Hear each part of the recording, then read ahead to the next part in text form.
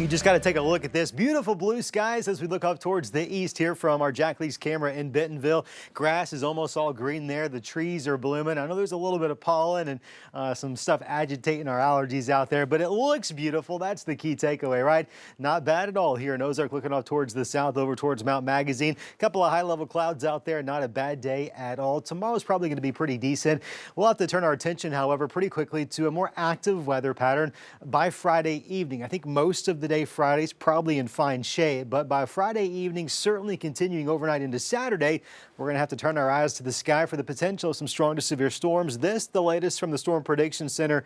Not a lot of changes to the Friday outlook. What is new, and I kind of mentioned this was a likelihood to you last night, it's that Saturday and Sunday have now been placed under some outlooks. There's one front that's going to be moving through the area by Friday evening. Now going into Saturday, that front's going to stall out along the I-40 corridor, and that'll keep chances of severe storms, generally speaking, in the River Valley south of that actual front. By Easter Sunday, as that front kicks it in reverse, it's going to include a lot more of us, all of the 5 News viewing area, under a severe weather potential. This is all a slight risk, which corresponds to a level 2 out of 5 risk, and we'll see that over the next couple of days. Here's Futurecast. You're going to notice Friday morning, 8 o'clock, not a lot going on out there, right? Should be a decent day. Clouds will be on the increase, no question about that. And then by Friday evening, some signs of some of those initial showers and thunderstorms around the area.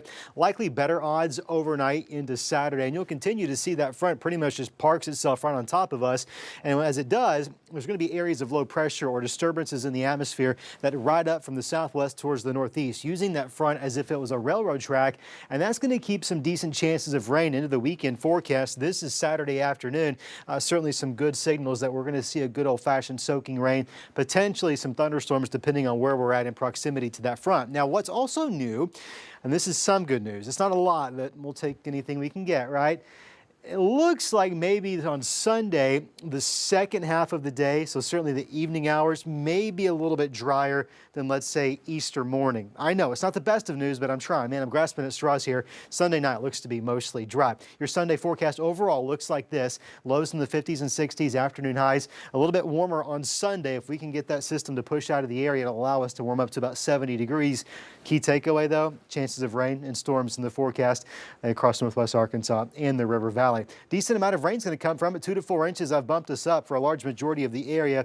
We'll keep 1 to 3 in portions of eastern River Valley. We're talking Scott, Logan, maybe parts of Johnson County. We'll have to watch for some flash flooding, especially where those heavy bands of rain set up.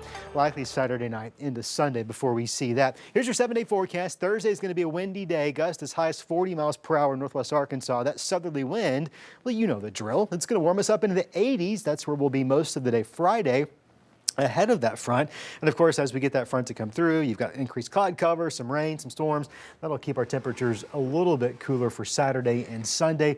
We'll do get a brief break by Monday of next week, but it's just a brief break. It does look like the weather pattern overall does stay relatively active Tuesday into at least Thursday of next week. So not necessarily anything uncommon, right? We deal with storms every spring around these parts, and this looks to be very typical of what we would expect. It's just unfortunate that it's going to happen on the Easter weekend of all things.